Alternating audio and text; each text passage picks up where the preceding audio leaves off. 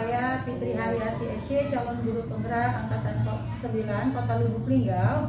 Kali ini saya akan mempraktekkan wawancara dengan pemimpin mengenai modul 3.1 kebijakan yang berdasarkan nilai-nilai kebajikan seorang pemimpin.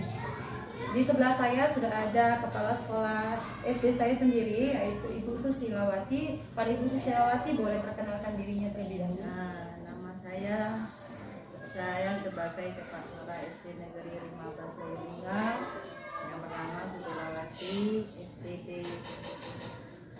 Sarjana Pendidikan. Saya kepala sekolah. Saya sebagai kepala sekolah SD Negeri 15 Linggau akan mewawancarai guru penggerak saya Fitri SPD. Dengan ini semoga bermanfaat semuanya sebagai guru penggerak SD Negeri 15 Linggau. Amin ya Allah. Apa kabarnya Ibu hari ini? Sehat selalu. Alhamdulillah. Ini Bu, nah kita akan berbincang tentang kebijakan Ibu ya Bu ya, memutuskan sesuatu permasalahan yang ada di sekolah Ibu. Nah selama ini kan Bu banyak permasalahan kan yang Ibu hadapi selama menjadi kepala sekolah. Nah bagaimana nih Ibu nih mengidentifikasi kasus-kasus yang merupakan dilema etika atau bujukan moral atau yang posisinya tuh kadang benar sama benar, kadang gimana Ibu mengidentifikasinya permasalahannya? Permasalahannya di bidang pendidikan di sekolah SD Negeri 15 belum lama ini terjadi ada anak yang bermasalah di kelas 4, yaitu masalah keadaannya sedang membuat dia sakit, mungkin dari keluarganya yang meninggal. Maka itu anaknya dari kecil dia diasuh oleh seorang neneknya. Begitulah kalau anak diasuh dengan seorang nenek, mungkin tingkah lakunya atau ini kehidupannya sehari-hari ditenangkan oleh nenek dan dibujuk rayu dengan neneknya karena dia merasa dimanja karena neneknya, karena orang tuanya tidak memperhatikannya karena ibunya sudah meninggal dan ayahnya sudah menikah kedua kalinya. Jadi begitulah kehidupan anak tadi. Setelah itu dia di sekolah dia merasa tertekan merasa apa dengan ini. Setelah itu dia merasa belajar, dia membuat sebagai ini ada permasalahan sehingga guru kan ada merasa singgung, ada merasa ini kasihan lihat dia ya. Jadi setelah itu kejadian itu guru wali kelasnya tidak ada di sekolah. Ya, maka itu keadaan anak tadi tidak bisa merespon dengan guru-guru lainnya yang tahu tingkah lakunya sehari-hari itu adalah sebagai wali kelasnya. Sedangkan di Pak sekolah waktu kejadian itu sedang ada tugas luwata. Jadi keesokan harinya guru yang piket kemarinnya tuh dia mau menceritakan dengan seorang wali kelasnya dengan kepala sekolah. Maka kepala sekolah memberi tanggapan dan meminta respon dengan wali kelasnya bagaimana keadaan anak yang ada di kelasnya. Nah setelah itu saya memberi tanggapan untuk minta pemanggilan orang tuanya atau wakil dari orang tuanya dari kantor sekolah untuk merespon keadaan anak ini, apa iya ini sebenarnya dia tidak ada orang tuanya, apa dia tinggal sama neneknya, bagaimana kehidupan dia di selama ini. Nah, maka itu ibu sarankan besok paginya orang tuanya datang menceritakan kronologis yang sebenarnya. Oh jadi Bu, langkah terhadap permasalahan itu langkah-langkah pertama sekali yang Ibu ambil adalah mengkoordinasikan dengan wali kelas yang sebenarnya kan dulu Bu ya. Iya. Baru kemudian koordinasi lagi dengan guru, baru memanggil orang tuanya untuk duduk permasalahan yang sebenarnya bagaimana, kenapa anak itu bisa bersikap begitu ya Bu ya. Iya. Nah ini lanjutannya nih Bu. Jadi dari permasalahan tadi nih langkah efektif tadi dari yang memanggil orang tua. Terus setelah ibu memanggil orang tuanya tadi dengan juga wali kelas, jadi sudah tahu dulu permasalahannya bahwa anak itu broken ya Bu ya tadi kan. Nah, keputusan apa yang Ibu ambil setelah itu? Setelah itu saya ambil keputusan bahwa anak ini setelah tahu kronologisnya dari keluarganya, dari wali kelasnya, bahwa anak ini harus kita didik yang sebenarnya dan kita asuh bagaimana dia supaya bersemangat untuk di sekolah, tidak ada gangguan apa ejekan dari kawan-kawannya, dari luar, dari keluarga, dari siapapun. Jadi respon sebagai saya kepala sekolah, anak ini harus kita perhatikan yang sebenar-benarnya, dan guru wali kelasnya harus memperhatikan anak ini. Akan tetapi setelah ada pemanggilan dengan respon kita kepala sekolah dengan guru dan warga sekolah, anak ini alhamdulillah sekarang sudah baik, sudah bertingkah lakunya tidak lagi seperti selama ini, tidak membuat lagi seperti ini. Jadi setelah ibu tadi putusan ibu ambil tadi mensosialisasikan kembali, berkomunikasi kembali dengan wali kelas dengan orang tuanya tadi ya Bu ya, bahwasanya anak ini butuh perhatian lebih, tidak cukup dengan neneknya ya Bu, sehingga tingkah lakunya tadi bisa sama lah seperti siswa yang lain ya, tidak memiliki rasa yang ingin perhatian lebih sehingga berbuat kegaduhan atau sesuatu yang salah ya Bu ya. Baiklah Bu, jadi dengan keputusan ibu tadi nih Bu, apakah ibu setelah memutuskan itu, adakah tantangan yang ibu hadapi setelah keputusan yang ibu ambil tadi? Adakah tantangannya ibu untuk melaksanakan? Mudah-mudahan untuk kedepannya tidak ada tantangan, karena wali muridnya sudah menyerahkan kepada pihak sekolah dengan wali kelasnya. Jadi tantangannya tadi nggak ada karena orang tuanya bisa diajak komunikasi dengan baik ya Bu ya, sehingga tidak ada tantangan yang berlebih atas kasus yang tadi ya Bu ya. Baiklah Bu, yang selanjutnya nih kan permasalahan di sekolah ini kan tidak hanya permasalahan yang Ibu sebutkan tadi kan yang dijumpai. Nah, apakah setiap Ibu memiliki permasalahan atau terjadi permasalahan di sekolah Ibu, apakah Ibu memiliki jadwal tertentu atau ketika permasalahan langsung Ibu atasi atau bagaimana? Ada permasalahan, ada satu orang guru yang tidak pernah datang selama saya memimpin di 15 ini. Kemungkinan guru-guru kan karena ada laporan dari guru bidang studi bahwa tidak pernah masuk ke kelas. Nah ini, jadi kemungkinan ini akan dijadwalkan pemanggilannya dengan dia dengan waktu yang tepat. Ini jadwal dia di tempat yang hari apa, minggu keberapa ini untuk mengadakan pembinaan kepada guru tersebut. Jadi Ibu sebelum mengambil keputusan untuk mengatasi permasalahan itu dilihat dari kondisi permasalahannya Bu ya. Kalau misalnya emang butuh waktu yang cepat untuk diatasi, Ibu segera atasi. Kalau misalnya emang butuh koordinasi lebih, Ibu akan menjadwalkannya Bu ya. Itu ya Bu ya. Baiklah Bu, selanjutnya nih kan setiap Ibu mengambil keputusan kan tidak mungkin Ibu putuskan sendiri kan Bu, langsung aja di keputusan tuh. Apakah ada seseorang atau rekan yang di sekolah ini yang Ibu anggap bisa membantu cara pandang Ibu dalam memutuskan suatu hal itu, ada Bu di sekolah? Pasti itu harus kita sebagai pimpinan ya, kita langsung pasti kita memanggil yang lebih tua dari kita atau yang dari bawahan senior dari kita ya. Nah kita panggil bagaimana keadaan ini kita solusinya bagaimana, kita mewakili guru tersebut ya, katanya kalau itu sudah tutup poin, kita panggil guru tersebut, permasalahannya apa dia bisa dirubah apa tidak bisa dirubah. Nah begitulah permasalahannya dari Ibu. Jadi setiap permasalahan Ibu pasti koordinasi atau kolaborasi dengan guru-guru senior. Iyalah. Dinas pendidikan mungkin pengawas. Ya pengawas ya, pertama pengawas. Kalau tidak dengan pengawas ya pasti kita ke kepala dinas atau ke bidang kasih atau ke ininya. Baik Bu. Ini terakhir nih Bu, pertanyaan terakhir nih. Dari yang kita bicarakan Ibu tentang dilema etika, tentang permasalahan tadi yang benar, lawan benar, berikan Bu ada keputusan kita dilemakan mau kita ikut ke sana itu benar, ikut ke sini benar. Jadi kan kita menemukan jalan yang titik tengah untuk mengatasi permasalahan. Nah, dari setiap permasalahan yang Ibu alami atau Ibu atasi sehingga Ibu mengambil keputusan, adakah pembelajaran positif yang bisa Ibu ambil dari pengalaman Ibu tadi mengatasi permasalahan?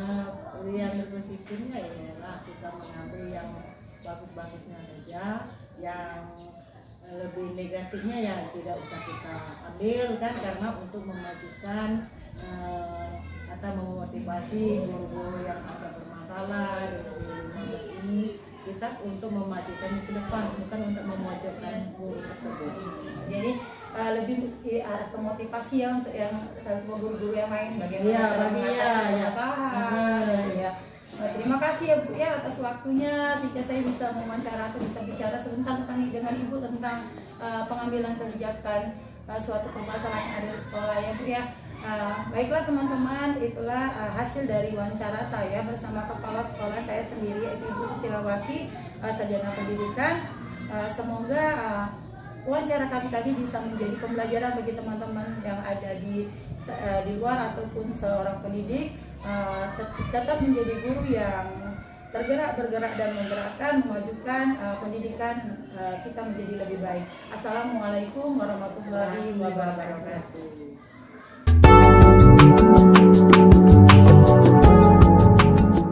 Assalamualaikum warahmatullahi wabarakatuh. Berjumpa lagi bersama saya Fitri Haryati SC, calon guru penggerak angkatan 9 Kota Lubuk Linggau. Video kali ini saya akan mempraktekkan wawancara tugas modul demonstrasi 3.1 tentang pengambilan keputusan yang berdasarkan dengan nilai-nilai kebajikan oleh pemimpin pembelajaran. Bersama saya bersama dengan Pak Sepin Syah, Kepala Sekolah SD Negeri 75. Sebelum kita wawancara, Pak Sepin mau memperkenalkan dirinya terlebih dahulu. Baiklah, nama saya Sepin Syah. Saya menjabat sebagai Kepala Sekolah di SD Negeri 75 Kota Lubuk Linggau. Dan alhamdulillah kami kehadiran teman-teman dari guru penggerak yang akan sedikit mengulik-ulik atau bertanya-tanya mengenai keputusan-keputusan. Terima kasih Bapak. Apa kabarnya Bapak? Alhamdulillah baik. Oh baik. Terima kasih ya Pak ya sudah meluangkan waktunya untuk kami sedikit menanyakan tentang pengambilan keputusan Bapak sebagai pemimpin di sekolah tentang masalah-masalah. Ya pasti kan Bapak banyak menemukan masalah-masalah yang menurut Bapak agak bimbang ya, atau menimbulkan dilema nih, memutuskannya apa, yang benar apa, yang salah apa gitu kan Pak ya. Jadi Pak, selama ini bagaimana nih Bapak mengidentifikasi kasus-kasus yang merupakan yang tadi Pak dilema atau yang membuat dilema etika atau bujukan moral itu? Ya, di SD Negeri 75 Kota Lubuk Linggau ini perlu diketahui bahwasanya peserta didik di sini sangat heterogen. Jadi di sini ada campuran antara ada beberapa anak dari perkotaan, kemudian ada juga beberapa anak yang memang tinggal di pedesaan seperti itu. Nah, di sini kami mempunyai banyak sekali tantangan-tantangan dalam pengambilan keputusan terkhusus mengenai bagaimana proses pembelajaran di kelas. Oh gitu ya Pak. Nah, kata Pak tadi apanya siswanya ini heterogen ya Pak ya, campur, ada yang kota, ada yang desa ya Pak ya. Jadi memiliki sifat yang berbeda ya Pak ya. Gimana nih Pak? Apakah Bapak pernah mendapati masalah di mana Bapak tuh menimbulkan dilema nih, oh masalah ini kok benar sama benar gitu Pak, atau mengandung nilai kebajikan gitu. Apa yang Bapak akan lakukan sehingga perasaan itu dapat selesai? Jadi salah satu yang sering kami hadapi di SD Negeri 75 Kota Lubuk Linggau ini seperti sekarang kan di desa kami ini ada lagi musim buah durian. Gitu, lagi musim buah durian. Jadi ada anak-anak yang ikut di sini dalam ikut orang tuanya untuk mengambil buah durian yang ada di kebun. Jadi mereka kemungkinan bisa sampai 1-3 hari, bahkan ada yang 1 minggu itu tidak masuk sekolah. Jadi memang benar-benar kami harus membuat keputusan yang tepat. Apa sih langkah yang kami lakukan untuk menyikapi permasalahan peserta didik tersebut. Kalau boleh tahu tuh langkah apa tuh Pak yang pernah Bapak lakukan? Jadi di sini kami mengalami termasuk dilema lah ya. Di satu sisi kami ingin pembelajaran tersebut berjalan dengan baik, peserta didik datang, kemudian dapat belajar. Akan tetapi di satu sisi lain juga kami harus memandang juga gimana nih dengan orang tuanya. Sementara anak-anak tersebut kan anak sekolah dasar itu rata-rata kan mau makan, mau mandi itu sama orang tuanya. Akhirnya mereka pun ikut dengan orang tuanya saat mereka akan saat akan mencari buah durian yang ada di kebun. Jadi mereka akan tinggal di kebun selama 3 sampai 5 hari seperti itu. Ya, jadi kami pun mengalami dilema yang cukup ini juga lah ya, cukup kami harus mempertimbangkan kebutuhan peserta didik ataupun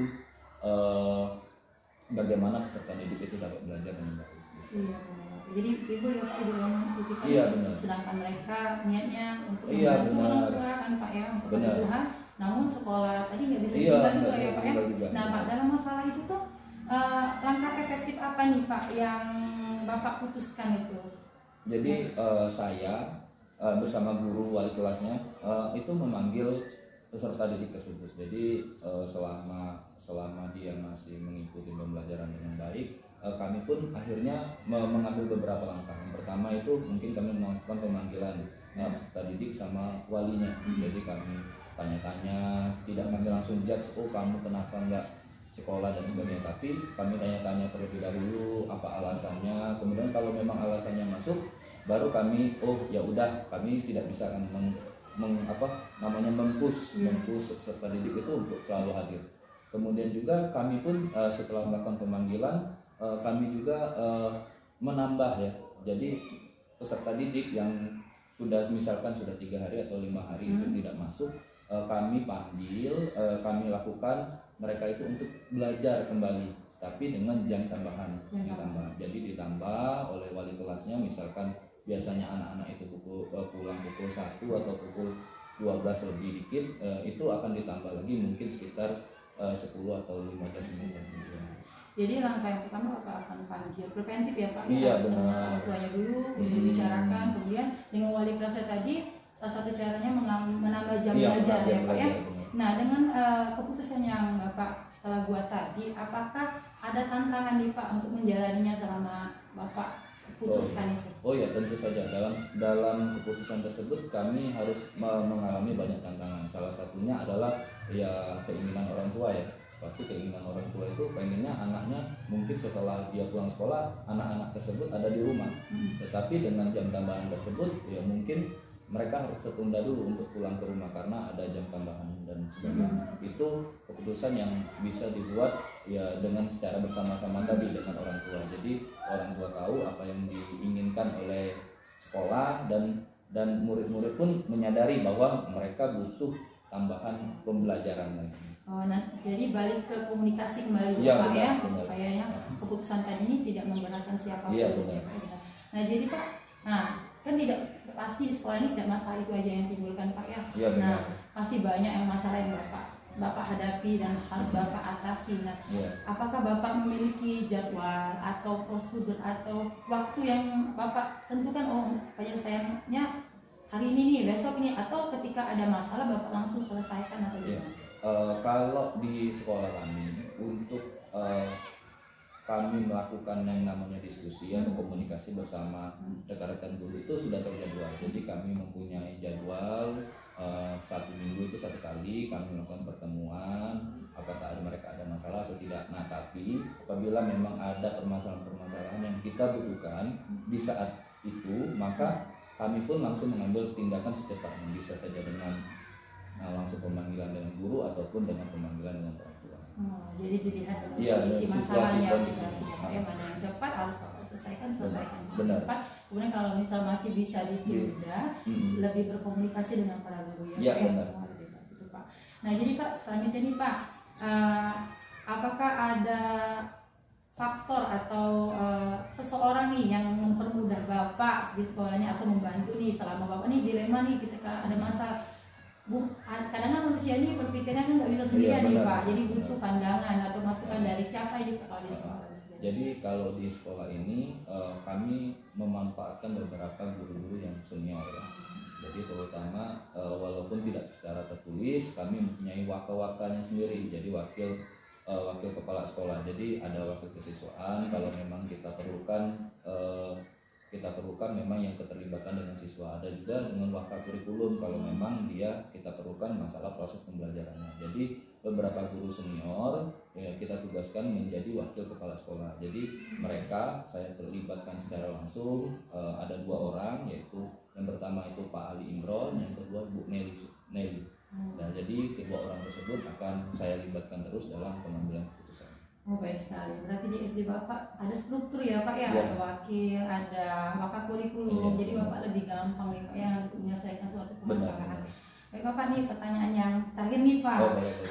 Setelah Bapak menyelesaikan permasalahan, banyak permasalahan yang dilema etika atau bujukan moral atau apapun di sekolah Bapak nih, hal positif apa nih yang Bapak dapatkan setelah Bapak menyelesaikan permasalahan tersebut? Oh ya, jadi dalam berbagai permasalahan tersebut, jadi kita harus mengambil berbagai macam sisi positif ya dari permasalahan tersebut. Jadi apa sih yang bisa saya dapat dari pengambilan keputusan yang tepat tadi? Ya pastinya rasa bangga juga kepada diri sendiri, pada teman-teman, yang dimana kami bisa secara bersama-sama kolaborasi, menjalin komunikasi juga bersama seluruh warga sekolah, termasuk juga wali murid, kemudian pengawas sekolah dan dinas pendidikan, yang pastinya itu kolaborasi ini tentu saja tidak hanya terputus saat kami saat menghadapi masalah saja ataupun ada sesuatu, tapi di sini kami juga membangun kontribusi positif bagi sekolah, di mana tidak hanya tentang anak-anak saja, tapi bagaimana kita membangun ekosistem sekolah yang lebih baik di masa yang akan datang. Luar biasa Bapak. Terima kasih ya Pak ya atas Oke, bincang-bincangnya hari baik. ini. Terima Saya kasih. juga dengan jawab pertanyaan tadi, dengan jawaban Bapak tadi, jadi pengalaman juga nih bagi saya nih di sekolah nantinya. Baiklah teman-teman, terima kasih atas perhatiannya. Inilah wawancara saya dengan Bapak Seprinsa, Kepala Sekolah SD Negeri 75 Kota Lubuk Linggau. Semoga dapat menjadi pelajaran bagi kita bersama, tetap menjadi guru yang bergerak, tergerak, dan menggerakkan. Terima kasih. Assalamualaikum warahmatullahi wabarakatuh. Udah cukup.